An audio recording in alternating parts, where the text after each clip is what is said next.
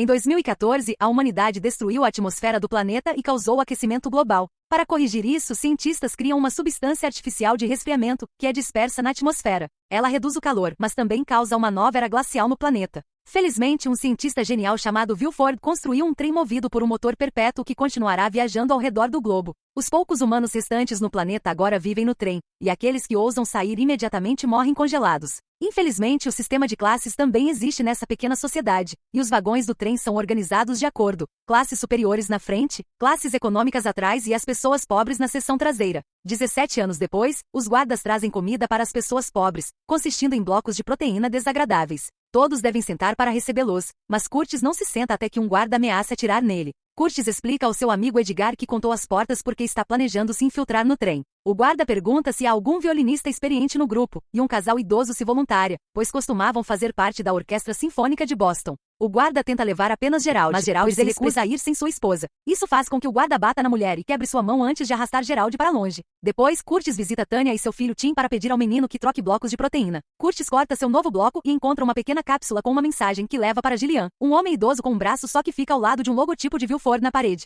A mensagem diz não o nome de um especialista em segurança da seção prisional. Curtis quer encontrá-lo para que ele possa ajudá-los na revolução, então Gillian ajuda Curtis a mapear suas opções. Mais tarde, enquanto todos estão dormindo, um grupo de guardas chega com o assistente de Wilford, Claude, que começa a medir todas as crianças com uma fita métrica. De repente, Claude se aproxima de Tanya e levanta sua saia para encontrar Tim se escondendo lá, então Tim tenta correr enquanto sua mãe grita. No entanto, os guardas capturam Tim e espancam Tanya para fazê-la parar. Após mais medições, Claude leva Tim e o filho de Andrew, Andy. Um Andrew devastado grita e atira um sapato em Claude, então os guardas o capturam imediatamente. Momentos depois, Young Franco e Old Franco colocam um relógio ao redor do pescoço de Andrew antes de enfiar o braço dele por um buraco na parede, fazendo-o gritar de dor com a sensação de temperatura sub-zero. Então, a ministra Mason chega e faz um longo discurso para repreender os passageiros por seu mau comportamento. Ela coloca o sapato jogado em cima da cabeça de Andrew, dizendo que as coisas no trem devem seguir uma ordem específica. Em seguida, Mason liga para Wilford para fazer com que ele ofereça um discurso também, mas ele não atende. Os francos retiram o braço de Andrew, que está completamente congelado, e o esmagam com um martelo gigante para concluir a punição. Nos dias seguintes, as pessoas pobres começam a trabalhar duro para montar uma ferramenta que ajudará na revolução. Curtis também obtém alguns cronoles, que são pequenos blocos de resíduos industriais usados por viciados para se estimularem, mas também são altamente inflamáveis. Ele não consegue parar de pensar no fato de Mason ter chamado as armas dos guardas de armas inúteis, teorizando que eles ficaram sem balas durante a última revolta. Enquanto todos trabalham, o artista do grupo faz desenhos de todos os momentos importantes e presenteia Andrew e Tanya com retratos de seus filhos.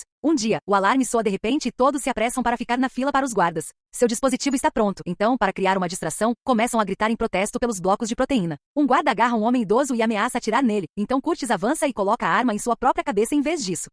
Quando o guarda puxa o gatilho, nada acontece, e Edgar grita que as armas não têm balas, causando caos. O dispositivo revela ser um trem gigante de tubo sobre rodas, que o grupo começa a empurrar pelos próximos compartimentos com Curtis montando no topo. Uma enorme luta eclode entre os guardas e os rebeldes, mas sem as armas, os rebeldes facilmente os dominam. De repente, um guarda enorme tenta bloquear o caminho deles, no entanto, Gray pula em cima dele e o mata rapidamente, roubando suas chaves no processo. Depois, os rebeldes alcançam facilmente o carro da prisão, onde as celas são, na verdade, compartimentos nas paredes. Usando as chaves, eles conseguem libertar o especialista em segurança Nan, que parece meio atordoado por ser um viciado. Após pegar um dispositivo de tradução na parede, Curtis explica que precisa de ajuda para passar pelas portas nos próximos carros, e pode pagar Nan com cronole. Enquanto pensa sobre isso, Nan acende um cigarro, o que surpreende todos, pois cigarros não estão disponíveis há mais de 10 anos. O pequeno Sean aproveita a oportunidade para roubar os fósforos de Nan. Depois de muita reflexão, Nan joga o cigarro e todos começam a lutar por ele, mas Nan também entra na briga até que Curtis o retire. Nan revela que pegou as chaves e abre outro compartimento contendo sua filha Iona, que também é viciada. Nan concorda em ajudar se ambos receberem cronole para cada porta. Curtis aceita o acordo, e Nan começa a trabalhar nos fios da porta. Depois que Iona anuncia que não há ninguém do outro lado, Nan abre a porta e o grupo confirma que está vazia. Alguém abre as janelas, e todos ficam chocados ao ver a luz do sol novamente após quase 2 décadas. O mundo lá fora está coberto de neve, e cada cidade está completamente congelada. Em seguida, Nan começa a trabalhar na próxima porta, e Iona diz ele está correndo antes que ela se abra. O grupo fica surpreso ao ver Paul, o membro anterior de seu grupo que agora está pulando como um maníaco. Ele não costumava ser assim, então eles olham ao redor e percebem que essas são as máquinas que fazem os blocos de proteína. Paul foi trazido aqui para fazer os blocos sozinho, o que o deixou louco. Curtis olha dentro de uma máquina, apenas para se horrorizar ao descobrir que os ingredientes para fazer os blocos de proteína são baratas. De repente, ele encontra outra cápsula no chão e pergunta a Paul sobre isso, mas ele não sabe quem as envia, apenas as coloca na comida. Gillian a abre e encontra a palavra água, então Paul diz que o suprimento de água está alguns carros acima. Se eles controlarem a água, podem controlar a negociação. Enquanto Nan trabalha para abrir a próxima porta, Curtis conversa com Iona e descobre que ela nasceu no trem. Curtis vem de fora, mas não se lembra de nada antes do trem. Curtis também se pergunta se Iona é clarividente, fazendo com que ela olhe para a porta e grite: não abra. Infelizmente é tarde demais. A porta se abre e revela uma sala cheia de homens mascarados armados com machados. Como ameaça, eles levantam um peixe e o esquartejam. Os rebeldes não se intimidam e avançam, iniciando uma luta caótica. Ambos os lados rapidamente começam a perder pessoas enquanto se matam sem piedade, respingando sangue por todo o carro. Edgar e Curtis tentam avançar pela multidão enquanto matam muitos homens mascarados, mas de repente Curtis escorrega no peixe. Um homem tenta matá-lo quando está caído, mas Edgar pula para matá-lo ainda mais homens mascarados e alguns guardas, que anunciam que estão prestes a cruzar uma ponte. Em seguida, os homens começam a fazer a contagem regressiva, e quando o trem atinge a ponte, eles gritam Feliz Ano Novo. Infelizmente, desde o ano passado, vários blocos de gelo se formaram na ponte. O trem balança loucamente ao atravessá-los, fazendo com que todos caiam no chão, exceto Iona e Nan, que olham pela janela para verificar os penhascos abaixo. Eventualmente, um guarda anuncia que atravessaram a ponte, e todos se levantam para lutar novamente, apenas para serem interrompidos quando Mason e os francos entram no carro. Ela repreende os rebeldes por serem ingratos pelo abrigo e comida que Villefort tem fornecido a eles todos esses anos e informa que 74% deles serão mortos. Furioso, Curtis lança um machado em direção ao rosto dela, mas é bloqueado. De repente, Mason levanta binóculos, e seus homens colocam máscaras especiais, então Iona explica a Curtis que há um túnel longo chegando. O carro fica escuro quando o trem entra no túnel, mas os guardas ainda podem ver graças às suas máscaras especiais. Os rebeldes são rapidamente dominados, e começam a morrer um por um enquanto Mason aproveita o massacre como se fosse um espetáculo. Os rebeldes continuam a morrer, mas Curtis lembra de algo e grita para Sean começar um incêndio. Sean usa os fósforos que roubou para acender uma tocha, e logo ele e Andrew estão guiando um grupo de rebeldes com muitas tochas que trazem para dentro do carro escuro. Com a ajuda do fogo, os rebeldes retomam a vantagem, e Gray pega um oficial para ameaçar matá-lo se o inimigo não se render. Mason não se importa com algum funcionário de baixo nível, então Gray o mata e continua a lutar, atirando uma faca para esfaquear a perna de Mason. Curtis vê uma oportunidade e corre em direção a Mason, apenas para perceber que Yang Franco pegou Edgar. Por um segundo, Curtis não sabe o que fazer, mas no final, ele escolhe as necessidades de muitos e corre para capturar Mason enquanto Franco mata Edgar. Assim que Curtis agarra Mason, ela ordena que todos parem de lutar. Yang Franco tenta matar Curtis, mas Iona sai de seu esconderijo e o empala com uma barra de metal. Depois que o grupo captura Old Franco, eles lavam o sangue no próximo carro que tem água corrente. Tanya e Andrew machucam Mason para fazê-la falar, mas Mason só sabe que as crianças foram levadas para Villefort. Agora é a vez de Curtis ameaçá-la, dizendo que pode desligar o suprimento de água. No entanto, Mason ri enquanto explica que a água vem da frente do trem, é a neve e o gelo que o trem quebra conforme se move. Curtis está pronto para matá-la, mas Mason consegue convencê-lo a levá-la com eles, pois ela pode garantir passagem segura.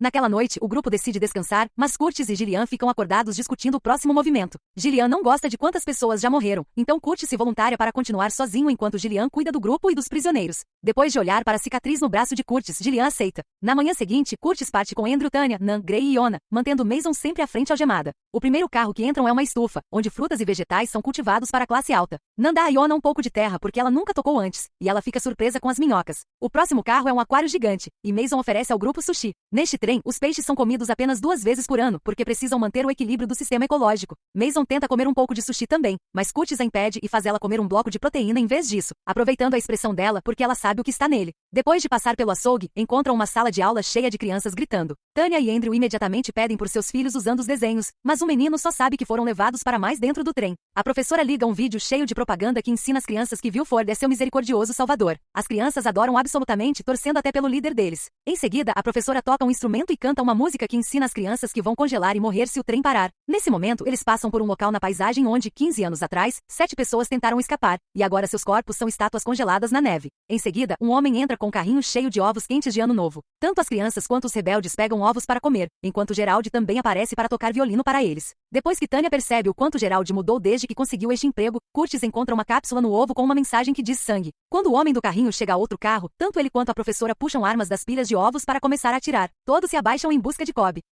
O homem do carrinho matou todos os rebeldes, e agora o velho Franco pode atirar em Gillian. Em luto, Curtis se vinga matando Mason. O grupo continua avançando e nos próximos carros encontra pessoas elegantes usando todo tipo de serviços como médicos, alfaiates e um salão de beleza. Enquanto atravessam a sala de jantar, Franco também se move e percebe que o trem está virando de forma que seu carro e o dos rebeldes estão adjacentes. Franco imediatamente abre fogo e Curtis atira de volta, errando todos os tiros até que ambos fiquem sem balas. Enquanto recarregam, Nan vê um floco de neve entrando pelos buracos de bala, o que ele considera uma pista. Em seguida, Franco e Curtis atiram mais uma vez, mas como isso não leva a lugar nenhum, eles decidem seguir em frente. O grupo atravessa um spa antes de chegar a uma sauna, onde se esconde nas cabines antes que Franco e 2 guardas os alcancem. Franco abre uma cabine e mata um passageiro da classe alta. Depois, mata o guarda que o chama por isso. Nesse momento, Gray salta para matar o outro guarda e esfaqueia Franco no ombro, iniciando uma luta. Enquanto os dois homens lutam, Curtis sai para atirar em Franco, mas não consegue mirar sem ferir Gray.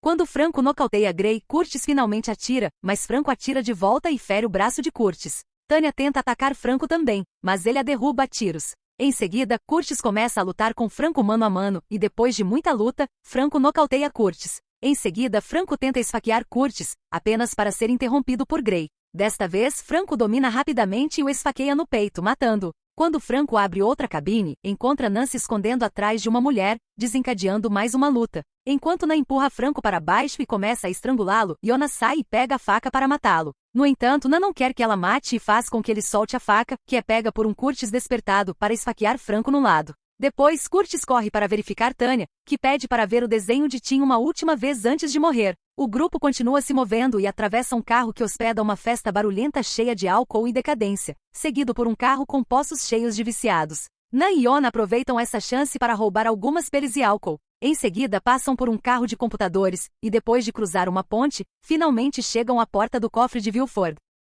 Enquanto Yona desmaia porque bebeu demais, Curtis diz a Nan para abrir a porta. Nan pede mais cronole, fazendo com que Curtis perca a cabeça e comece a bater na porta. Nan luta com ele para acalmá-lo e depois lhe dá o último cigarro da terra, que Curtis curte enquanto compartilha sua história. Durante os primeiros dias no trem, os pobres tiveram que comer os fracos e os bebês tinham o melhor sabor. Curtis matou uma mãe e quase matou o bebê Edgar também, mas Gillian interveio e ofereceu o braço em vez disso. Logo todos começaram a copiá-lo, mas Curtis tem uma cicatriz no braço porque tentou e não conseguiu. Poucos dias depois, os guardas começaram a vir com os blocos de proteína. Em troca, Nan confessa que tem acumulado cronole porque é inflamável, então ele fez uma bomba para explodir a porta para o exterior. Pelos últimos 10 anos, todo ano novo, Nan olhou para fora e viu sinais de que o gelo está derretendo, então ele acha que poderiam escapar e sobreviver. De repente, a porta se abre e Claude sai para atirar em Nan e pegar sua bomba cronole antes de dizer a Curtis que Vilford o convidou para jantar. Curtis entra e finalmente encontra Vilford, que explica que Curtis é a primeira pessoa a percorrer todo o comprimento do trem porque nunca esteve no fundo. Em seguida, Vilford fala sobre a importância do equilíbrio ecológico, mas como a seleção natural levaria muito tempo, anos atrás ele fez um plano. Acontece que ele e Gillian estiveram trabalhando juntos o tempo todo e projetaram revoluções falsas que reduziram a população. Curtis deveria ter perdido alguns carros atrás, mas teve sorte, então, para corrigir o equilíbrio, Vilford chama o Homem dos Ovos e o ordena matar todos os pobres restantes no fundo, mas poupar 18 para celebrar seu 18º ano. O som de gritos e tiros entra pelo telefone, e Curtis percebe que o logo ao lado de Gillian era seu próprio telefone privado. Enquanto isso, Franco acorda na sauna e simplesmente puxa a faca. Do lado de fora do carro de Vilford, Yona e Nan também acordam, apenas para notar um dos festeiros vindo para atacar. Nan rapidamente o para e o empurra para o mecanismo do trem para matá-lo, mas há mais festeiros furiosos chegando. Para detê-los, Nan bloqueia a ponte enquanto diz a Yona para abrir a porta. De volta a Vilford, ele leva Curtis para dentro do motor para que ele tenha um momento sozinho, o que ele não experimenta desde que entrou no trem sobrecarregado. Curtis cai de joelhos e chora enquanto Vilford lhe entrega a última cápsula com uma mensagem que diz trem. Vilford quer que Curtis assuma seu lugar como líder, dizendo que é o que Gillian também queria. Do lado de fora, Franco começa a abrir caminho pela multidão de festeiros ao mesmo tempo em que Yona finalmente abre a porta. Claude sai para investigar, mas Yona mata e pega sua arma, atirando em Franco até ficar sem balas. Franco ainda está vivo, então Nan diz a Yona para pegar o cronole de volta de Claude e os fósforos de Curtis. Yona entra correndo e estende a mão, mas Curtis está sob a manipulação de Vilford e a empurra para longe. Desesperada, ela pega um garfo e levanta um azulejo do chão para revelar Tim trabalhando na alimentação do motor. Vilford explica que ficaram sem peças ao longo dos anos, então hoje em dia ele usa crianças como substitutas. Um furioso Curtis pula em cima de Vilford para espancá-lo, então ele alcança dolorosamente o azulejo para parar as engrenagens do motor e dá a Yona os fósforos. Enquanto Yona sai, Andy sai de um compartimento e vai para o motor para ativá-lo novamente. Em apenas um segundo, não mata Franco, Yona acende o cronole e Curtis passa pela dor de quebrar o braço para parar novamente o motor para que Tim possa sair. Em seguida, o grupo corre para abraçar enquanto o cronole explode, explodindo a porta, mas também causando uma avalanche gigante que desce sobre o trem. Os carros começam a cair um por um, e o trem sai dos trilhos até que a frente fique presa na neve e finalmente pare. Momentos depois, Tim e Yona acordam no carro cercado por fogo e pelos corpos de qualquer outra pessoa. Vestindo as peles roubadas, eles saem e observam um urso polar enquanto percebem que não vão morrer de frio. Curtis segue para continuar trazendo mais esse tipo de conteúdo.